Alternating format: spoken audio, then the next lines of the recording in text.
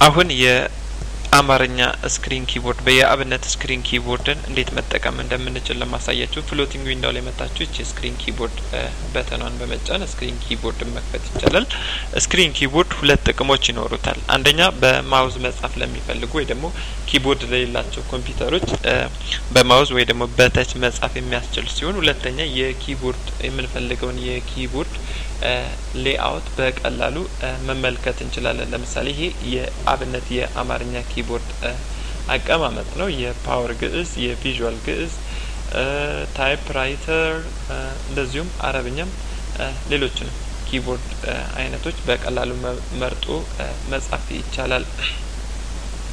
ስክሪን ኪቦርድ ላይ እዚህ ጋር እንደምታዩት ሶስት አይነት ቀለሞች ያላቸው በተኖቹ ጥቁር በተን ያላቸው ሲስተም ኪዎች ሲሆኑ አረንጓዴዎቹ ቤዝ ካራክተሮች ናቸው የአማርኛ ቤዝ ካራክተሮች። እንደዚሁ እነዚህ ቀይ ደግሞ እንትን ያሉት ሞዲፋየሮች ወይ ደግሞ ቫውልስ ናቸው። በስክሪን ኪቦርድ በኪቦርድ የምንሰራቸው ስራዎች ሁሉ በቀላሉ መስራት እንችላለን። አሁን ለምሳሌ ለጻፍ ጃቤር በጣም ትልቅ ሰው ነው ብዬ መጻፍ እፈልጋለሁ። ጃ የምትገኘው እዚህ ጋር ይሄ ዘ ነው። shift-ን ተጭኜ እቺን ጃ ቤ ር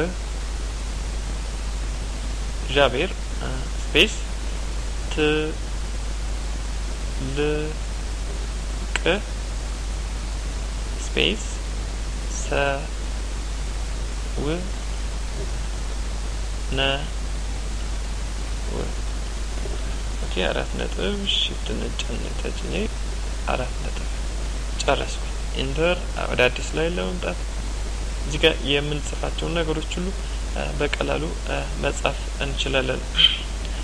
በስክሪን ኪቦርድ ከአማርኛ በተጨማሪ በእንግሊዝኛና እንደዚሁም በአረብኛ መጻፍ የሚያስችል ሲሆን በአረብኛ አሁን ለመጻፍ ብፈልግ ለምሳሌ እቺን ኤአር እናደርጋለሁ አረብኛ ማለት ነው። ለአረብኛ የሚሆን ፎንት መጥቼ ልምረጥ። ለአረብኛ ዩኒኮድ ፎንት መሆን አለበት።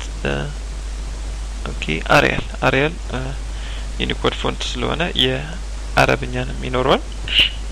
አሁን ለምሳሌ ኦኬ ሸምስ ሰን ብዬ ወይ ደግሞ ፀሐይ ብዬ ለመጻፍ ብፈልግ መጀመሪያ ሺን ኦኬ ከዛ ሜም ለፋይናሊ ሲን ናው ሸምስ ብዬ በአረብኛ ጻፍኩኝ ማለት ነው። ለምሳሌ ሌላ የስም አይነት ለምሳሌ ፋዲ ብዬ መጻፍ ብፈልግ ፋዲ ፋ ኦኬ ፋ አረብኛ ወደ ግራ ስለሚጻፍ እዚህ ጋር ሲመጣ ግራ እንዳይገባችሁ ፋ አልፍ ከዛ ዳ ፋዲስ መጨረሻ ላይ ያ ፋዲ ለመጻፍ መጨረሻ ላይ አሁን ይሄ ሸምስ ፋዲ ፀሐይ ፋዲ ብዬ ጻፍኩኝ ማለት ነው። ይሄ አረብኛ መጻፍ ለምትፈልጉ በቀላሉ ስክሪን ኪቦርድን በመጠቀም እንዴት መጻፍ እንደምትችሉ ለማሳየት ነው። ጨረስኩኝ።